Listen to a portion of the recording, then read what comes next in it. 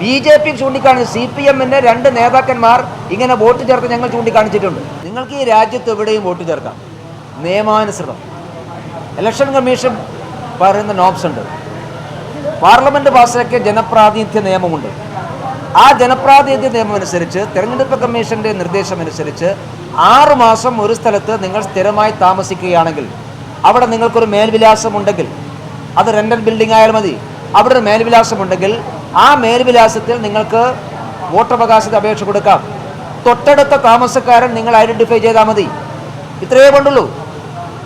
തെരഞ്ഞെടുപ്പ് കമ്മീഷൻ പറയുന്ന 6 തിരിച്ചറിയൽ രേഖയുണ്ട്. അതിലേതെങ്കിലും ഒരു തിരിച്ചറിയൽ രേഖ നിങ്ങൾക്ക് ഉണ്ടാവണം. ഏതെങ്കിലും തിരിച്ചറിയൽ രേഖ നിങ്ങൾക്ക് ഉണ്ടാവുകയും 6 മാസം നിങ്ങളുടെ സ്ഥലത്ത് തുടർച്ചയായി താമസിക്കുകയും നിങ്ങളുടെ അയൽക്കാരൻ നിങ്ങളെ സാക്ഷ്യപ്പെടുത്തുകയും ചെയ്താൽ ഈ രാജ്യത്ത് ഇവിടെയും നിങ്ങൾക്ക് വോട്ട് ചേർക്കാം. എനിക്ക് കാശ്മീരിൽ പോയി ചേർക്കാം, കാശ്മീരുകാരൻ ഇവിടെയും ചേർക്കാം.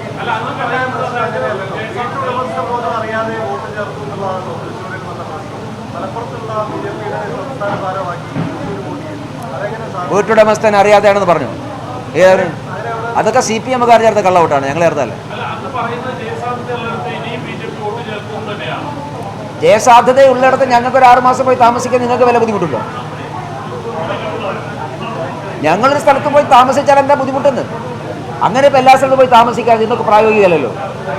ഞങ്ങൾ ചോദിക്കണം, ഞങ്ങൾ തൃശ്ശൂരിൽ എവിടുന്ന് വോട്ട് ചേർത്തെന്ന് പറയുന്നത്? തൃശ്ശൂർക്കാരുടെ വോട്ടാണ് ചേർത്തത്. അവിടെ പ്രവർത്തിക്കുന്ന 4 5 പ്രധാനപ്പെട്ട നേതാക്കന്മാർ അവിടെ വോട്ട് ചേർത്തിട്ടുണ്ട്. ബാക്കിയൊക്കെ തൃശ്ശൂർക്കാരാണ്.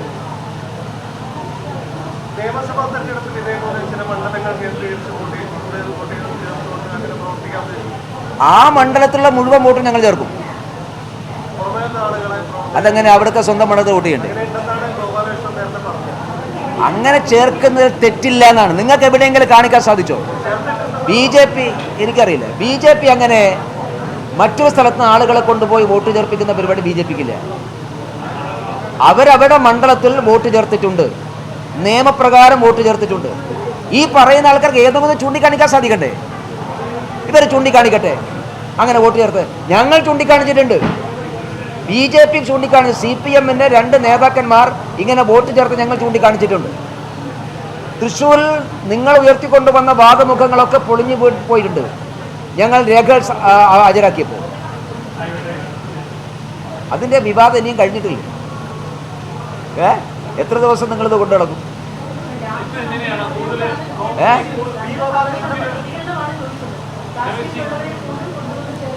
അതാണ് ഈ രാജ്യത്തെ നിയമം. ഈ രാജ്യത്തെ നിയമം അതാണ്. നിങ്ങൾക്ക് വേണമെങ്കിൽ, ഞാൻ പറഞ്ഞല്ലോ, ഈ രാജ്യത്ത് എവിടെയും പോയി വോട്ട് ചേർക്കാം. അതിന് നിയമം തടസ്സപ്പെടുത്തുന്നില്ല. ഈ പറഞ്ഞ കണ്ടീഷൻസ് വേണം. അല്ലാതെ എനിക്കൊരു സ്ഥലത്ത് പോയി വോട്ട് ചേർക്കാൻ സാധിക്കില്ല, ഞാൻ അവിടെ താമസിക്കാതെ.